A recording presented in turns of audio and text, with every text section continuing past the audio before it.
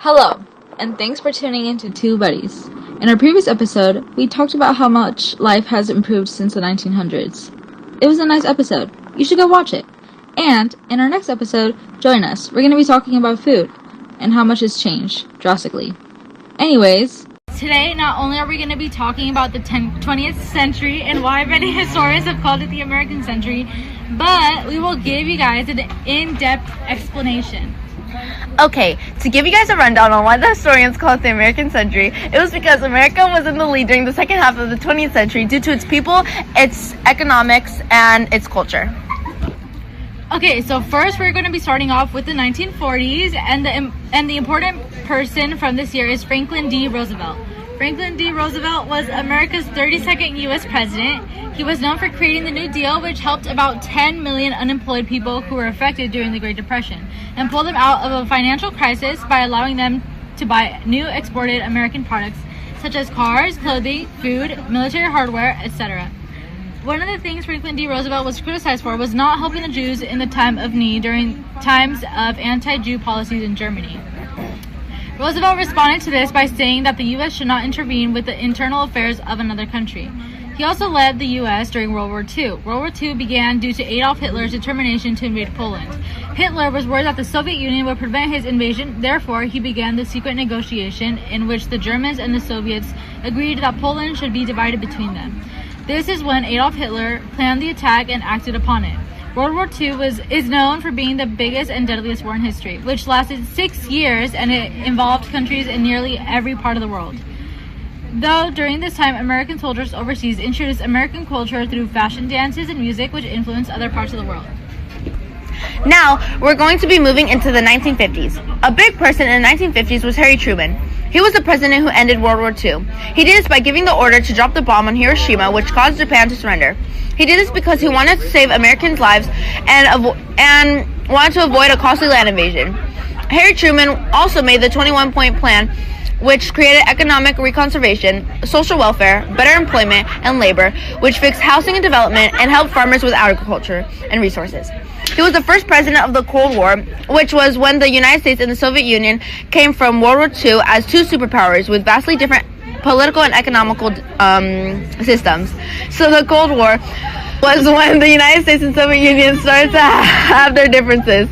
Harry Truman was criticized for overseeing the U.S. entry into the Korean War, which caused 53,000 American soldiers to die. This was also known as the Forgotten War. And that's it for the 1950s. Speaking about the Forgotten War, Brianna, you forgot something, bro. What'd I forget? You forgot that Dwight Eisenhower was president when the Second Cold War started, and he oversaw the end of the Korean War. Other than wars, these years were when the space race began between the U.S. and Soviet Union, which was about which one of them could get someone to space the quickest. And the Soviet Union, the U.S. won, which is when the middle class really grew in America and American consumerism began to explode, which increased living costs. This inspired more Americans to travel and spread the American culture. Into the American culture in the 1950s, rock and roll started to skyrocket and spread to other countries, and in addition, American movies were trending and being streamed in other places besides America. This is also the start of the fast food industry, but it didn't really blow up until later, so we won't get into that just yet. Now I'm moving into the 1960s. Two of the most important people are President John F. Kennedy, who was the youngest person to be elected as president and served from 1961 to 1963. He came from a very powerful and political family who were deeply embedded in democratic politics and public service. John F. Kennedy pushed for the start of NASA during the Cold War to win the space race because he wanted to ensure the global survival of liberty, which he viewed as a threat to the world. He also pushed for the start of Peace Corps, which sends young Americans to areas around the world to help with issues such as building homes, cleaning water, hygiene, products, and food. Kennedy was criticized for handling foreign affairs such as the 1961 Bay of Pigs invasion, which was a failed U.S.-sponsored military attempt to overthrow Cuban leader Fidel Castro. Roosevelt left the U.S. invaders who worked for him after they were caught. The estimated people who were captured were 1,200 and about 100 died. People saw this as Roosevelt abandoning his people. Our next important person is Lyndon Johnson, who served from 1963 to 1968. During his time as president, he helped create Medicare, which has affected 68 million people to this day.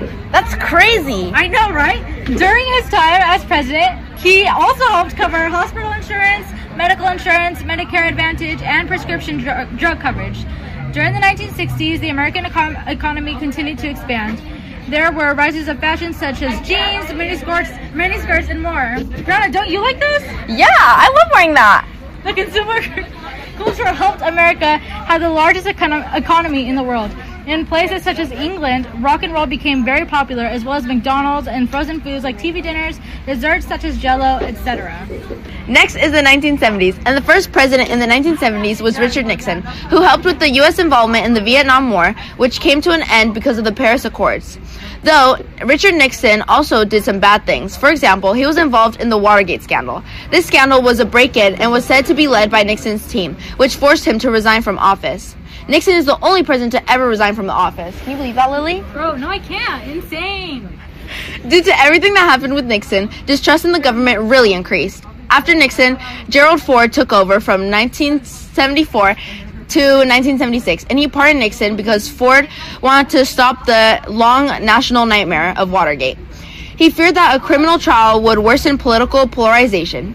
He also believed that too long of a trial would prevent his administration from focusing on important domestic and international problems. Gerald Ford tried to stabilize the economy, but it was really hard due to inflation and unemployment that had began to increase in the early 1970s and didn't stop until the early 1980s.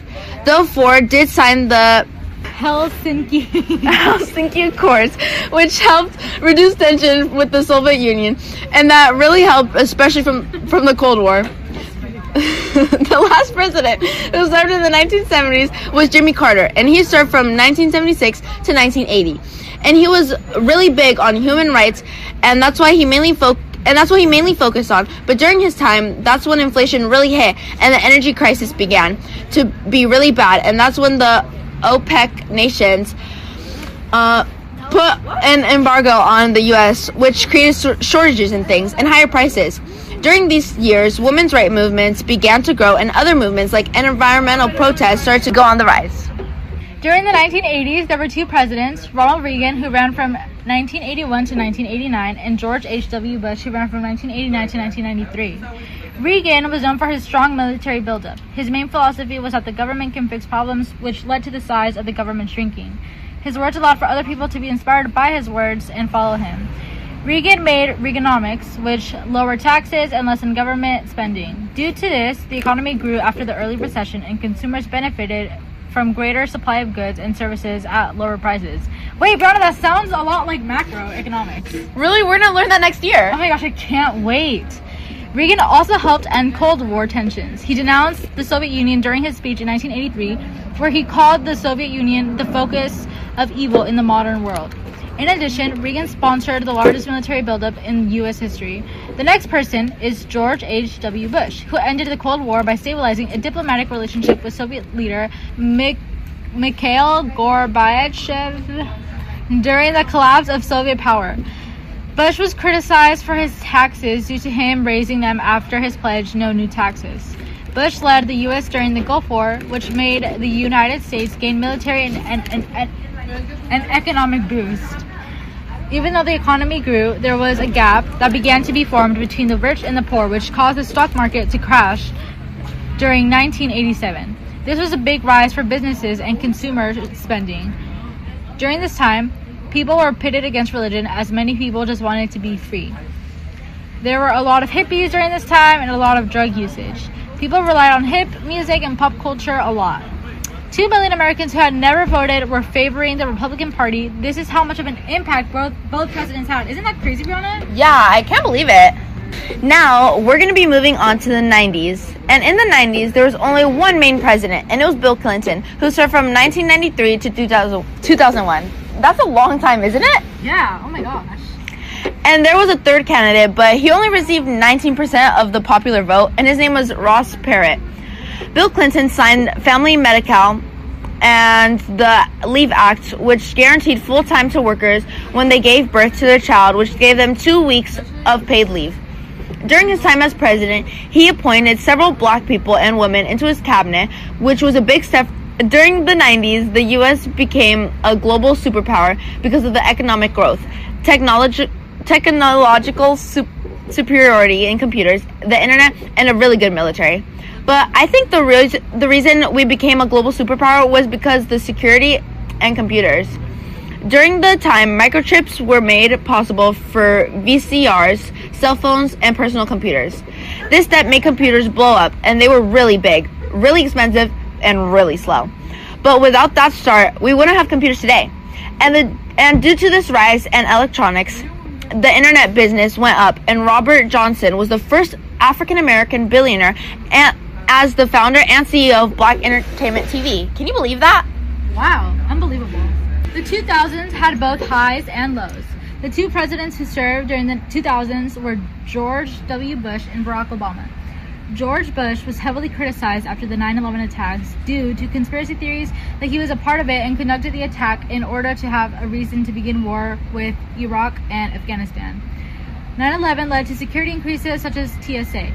In 2008, the financial crisis began with the housing mortgage going up, which led to the failure of major financial institutions, a global credit freeze, and the Great Recession.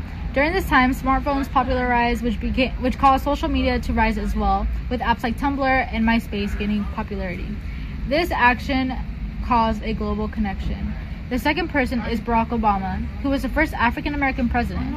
Barack Obama took office during the economic crisis, which he quickly stabilized by signing the $800 billion American Recovery and Reinvestment Act within 30 days of taking office, which many people praise him for. Wow, isn't that so quick, Brianna? Yeah, and that's a lot of money. I know. I wish I could have that much money. Me too. The American Recovery and Reinvestment Act provided immediate economic relief, investing in infrastructure and boosted renewable energy. I hope after listening to this podcast, you see why historians call it the American century. The U.S. did a lot of things, especially contributing to bad things like war, economical crisis, and financial crisis. But America also did a lot of good things, like helping end the Cold War, the Vietnam War, and being part of the reason World War II ended. America also had many influences culturally with their music, TV, fashion, dances, and food. Overall, the 20th century had a lot of ups and downs, but in the end, America made it on top, and that's why the 20th century is called the American century. Lily, do you now see why it's called the American century? Duh, do you? Of course! And thanks for listening to today's podcast. Make sure you tune in to our next episode where we talk about how food has changed. See you guys next time!